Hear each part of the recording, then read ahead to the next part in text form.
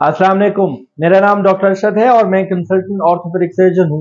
नी की most effective strengthening exercise वो कौन सी है जो कि नी आर्थराइटिस में हम पेशेंट्स को एडवाइस करते हैं। ये आज की हमारी वीडियो का टॉपिक है कि नी आर्थराइटिस हो या नी पेन हो, उसमें अद्वियात के अलावा जो फिजियोथेरेपी एंड एक्सरसाइजेज के जरिए जो हम पेन को ठीक करते हैं, उसमें most effective and the best knee strengthening exercise वो हम आज की वीडियो में एक प्रैक्टिकली पेशेंट के ऊपर परफॉर्म करके दिखाएंगे।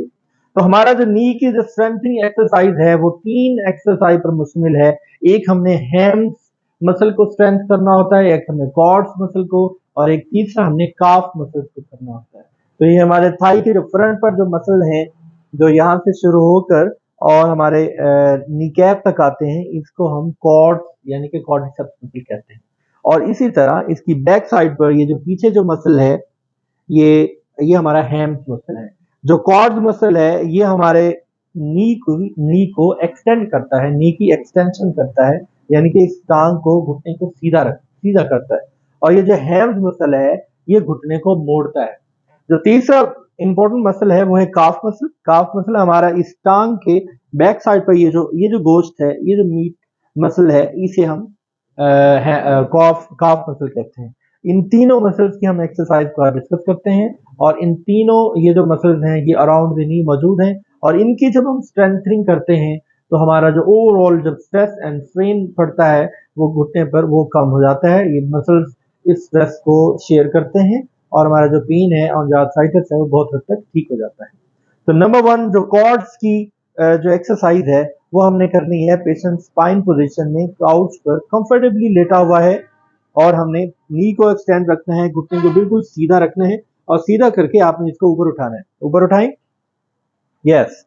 अब ये जो नी एक्सटेंशन में है और काफ मसल देखें, अब ये टाइट हुआ है, कॉन्ट्रैक्ट हुआ है, इसने इस मसल को नी कैप के ऊपर से पुली बनाते हुए टांग को ऊपर खींचा हुआ है, सीधा किया हुआ है। अब दोबारा करें, यस, एक दफा नीचे करके फिर दोबारा आए।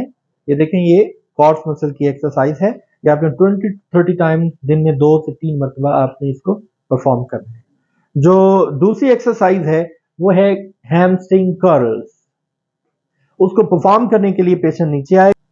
हैमस्ट्रिंग कर्ल्स को परफॉर्म करने के लिए पेशेंट चेयर या काउच का सहारा ले सकता है, और इस तरह करके हमारे ये जो नी मसल है उसको पीछे ऐसे मोड़ना है, नी जॉइंट को ऐसे मोड़ना है।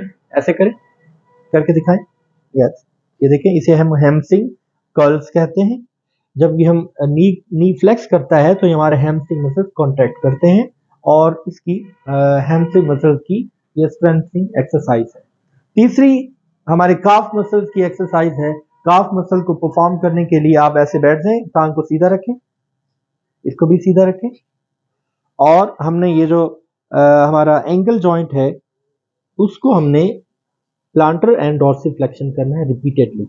ये देखिए, जब हम ये वाली एक्सरसाइज करते हैं, अब ये देखें, ये डॉर्सिफ्लेक्शन इस मूवमेंट को हम कहते हैं। जब हम ये एक्सरसाइज परफॉर्म करते हैं तो ये हमारा काफ मसल, ये देखें, बहुत ज़्यादा स्ट्रेच होता है।